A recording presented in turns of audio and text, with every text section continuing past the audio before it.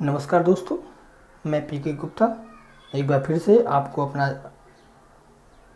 अपना channel scholar centre पर स्वागत करता हूं। साथियों, आज हम लोग हायर एजुकेशन की सीरीज को आगे बढ़ाएंगे और आज का पहला क्वेश्चन है। साथियों, सवाल शुरू करने से पहले बता दूं कि इसमें कुछ क्वेश्चन को हम लोग डिस्कस करेंगे, उसके बाद हम पीपुल डेवलपमेंट एंड एनवायरनमेंट की बात करेंगे।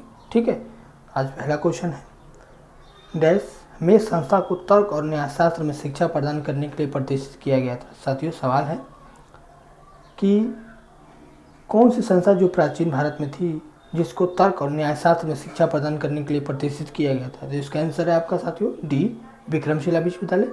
विक्रमशिला विश्वविद्यालय भागलपुर में है, जो कि आप बिहार में है। दूसरा क्वेश्चन,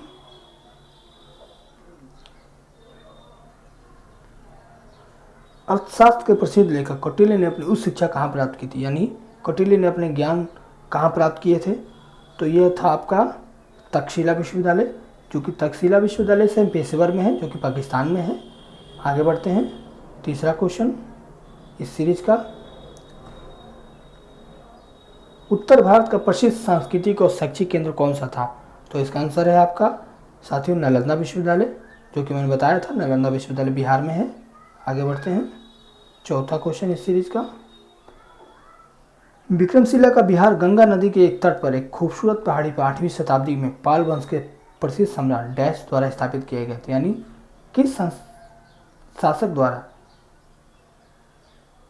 विक्रमशिला विश्वविद्यालय की स्थापना की गई थी।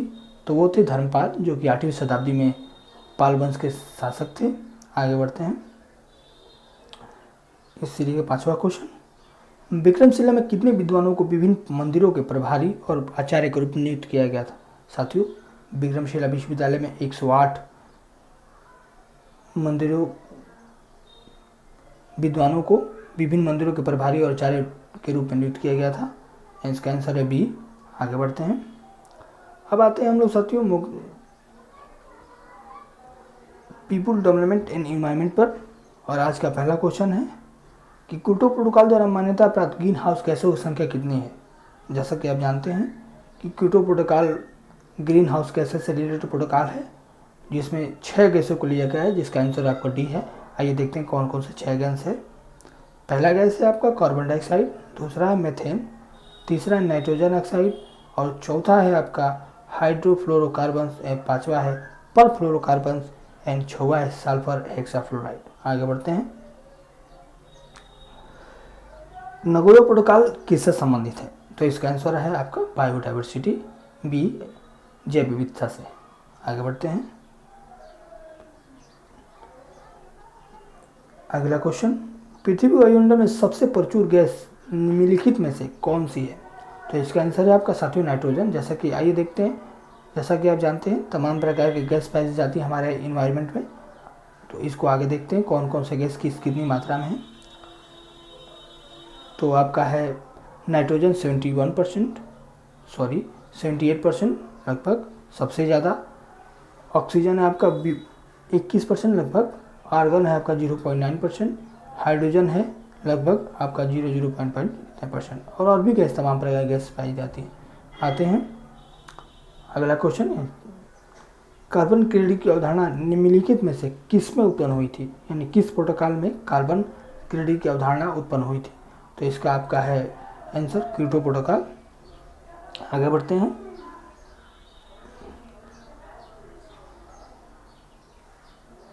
ओजोन परत के संक्षरण से संबंधित कौन सा प्रोटोकॉल है। इसमें आपका है आंसर 2, 2, 3, ओनली 3। तो साथियों इसका आंसर है आपका B 2, 3, Vienna convention and Montreal protocol, यानी आंसर है आपका बी 2, 3। आगे बढ़ते हैं, 6वां क्वेश्चन इसका सीरीज का अगला क्वेश्चन, किस आयोग को विश्व पर्यावरण और विकास आयोग WECD के रूप में भी जाना जाता है। तो साथियों इसका आंसर है आपका सी, ब्रूडलैंड कमीशन। आइए थोड़ा जान लेते हैं ब्रूडलैंड कमीशन क्या है। साथियों, Brundtland commission, the Brundtland commission also known as the world commission on the environment and development, WECD भी कहा जाता है, जैसा कि ऊपर सवाल में पूछा गया था। आगे बढ़ते हैं, 7वां क्वेश्चन, मीथेन के अलावा कौन सी महत्वपूर्ण ग्रीन हाउस गैस कृषि क्षेत्रों से प्रदान की जाती है? यानी जैसा कि आप जानते हैं मीथेन गैस आपकी पाई जाती हैं खेतों में भी, और साथ ही साथ कौन सी ऐसी गैस है जो ग्रीन हाउस गैस है जो कृषि क्षेत्रों में पाई जाती है? तो इसका आंसर है आपका साथियों नाइट्रोजन ऑक्साइड। जैसा कि आप जानते हैं कि ज़मीन में कृषि को स्थिरीकरण करने में नाइट्रोजन ऑक्साइड का बहुत बड़ा योगदान होता है। यानी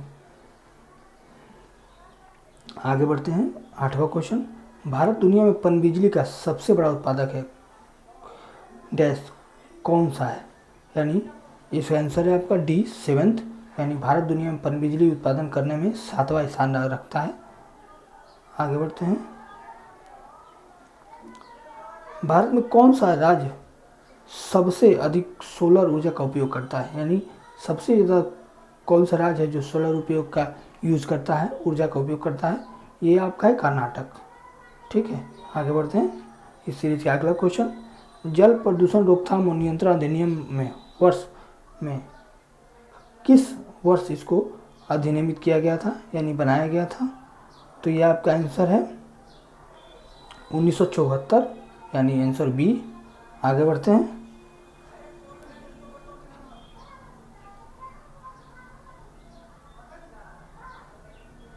साथियों अब हम लोग इसी सीरीज में यूजीसी नेट के फर्स्ट सीरीज में आज़ादी के भारत में जो उस शिक्षा और अनुसंधान में विकास हुए हैं उससे रिलेटेड क्वेश्चन की बात करेंगे।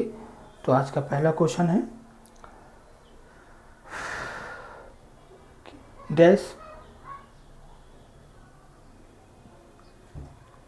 अधिनियम 1956, यानी यूजीसी एक्ट जो 1956 अधिनियम 1956 की धारा के तहत यूजीसी की सलाह पर केंद्र सरकार की अधिसूचना द्वारा विश्वविद्यालय को डिम्ड घोषित किया गया था।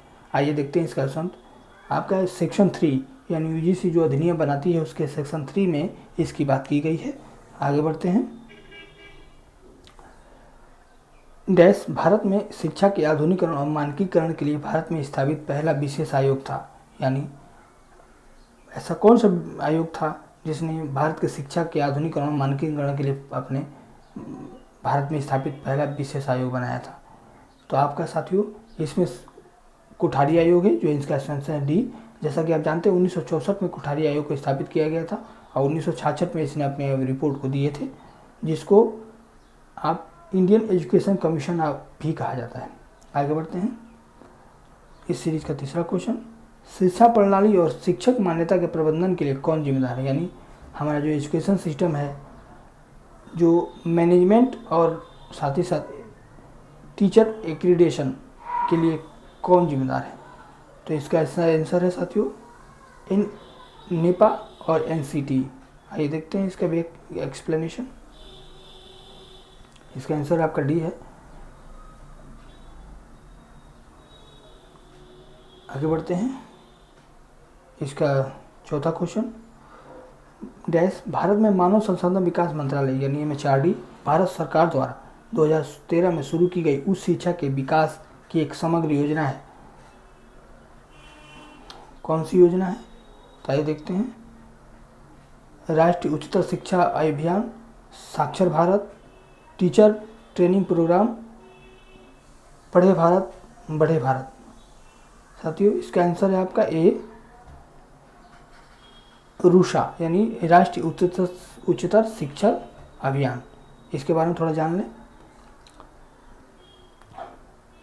रूषा का उद्देश्य सभी संस्थानों को समान विकास प्रदान करना, उस शिक्षा प्रणाली में कमजोरियों को ठीक करना। आगे बढ़ते हैं, आपका इस सीरीज का 5वां क्वेश्चन, यूजीसी अधिनियम 1956 में कौन सी धारा यूजीसी को धन आवंटित करने और संवितरण आयोग के फंड से बाहर विश्वविद्यालय को अनुदान यानी ग्रांट देने का अधिकार प्रदान करता है? आइए देखते हैं, सेक्शन 12B जो कि यूजीसी को तमाम प्रकार की प्रक्रिया करने में अधिकार प्रदान करता है। आगे बढ़ते हैं, यूजीसी ने कब से ग्रेजुएशन स्तर और पोस्ट ग्रेजुएशन स्तर पर पढ़ने के लिए नेट योग्यता अनिवार्य कर दी थी? यानी सवाल है कि यूजीसी ने ग्रेजुएशन स्तर पोस्ट ग्रेजुएशन स्तर पर पढ़ाने के लिए कौन नेट योग्यता अनिवार्य कर दी थी? साथियों 2009 में किया गया था, ये हमें पता होना चाहिए, जिसका आंसर है आपका डी सी। आगे बढ़ते हैं, 10+2+3 pattern of education originated from the recommendation of the dash, यानी शिक्षा का 10+2+3 पैटर्न किसकी सिफारिश पर लागू किया गया था। जैसा कि साथियों ये आपका इसका आंसर है एजुकेशन कमीशन ऑफ 1964 एंड 66, अर्थात कोठारी आयोग, जिसको कोठारी आयोग भी कहा जाता है, इसी के सिफारिश पे इसको उत्पन्न किया गया था। आगे बढ़ते हैं। भारतीय माध्यमिक विद्यालय प्रणाली में योग जैसे पारंपरिक तत्वों को शुरुआत किसने की थी, यानी भारतीय माध्यमिक विद्यालय प्रणाली में योग जैसे पारंपरिक तत्वों की शुरुआत किस संस्था ने की थी, तो आपका है national policy on education NPE 1986 में, यानी आंसर बी है। आगे बढ़ते हैं। Who is the president of NCERT के अध्यक्ष कौन है, ठीक। तो साथियों जो MHRD मंत्रालय जिसके पास होती है, यानी शिक्षा मंत्रालय भारत सरकार केंद्र सरकार की, वही इसका अध्यक्ष माना जाता है। तो इस समय NCERT के अध्यक्ष हैं आपके रमेश पोखरियाल निशंक, जो कि शिक्षा मंत्री भी हैं केंद्र में। आगे बढ़ते हैं।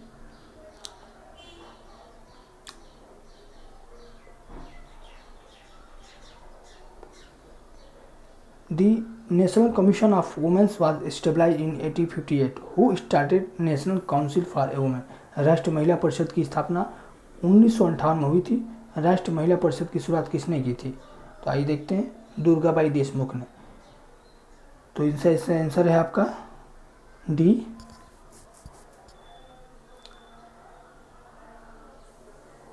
तो साथियों बस यहीं तक, और हम लोग कल फिर मिलेंगे। धन्यवाद।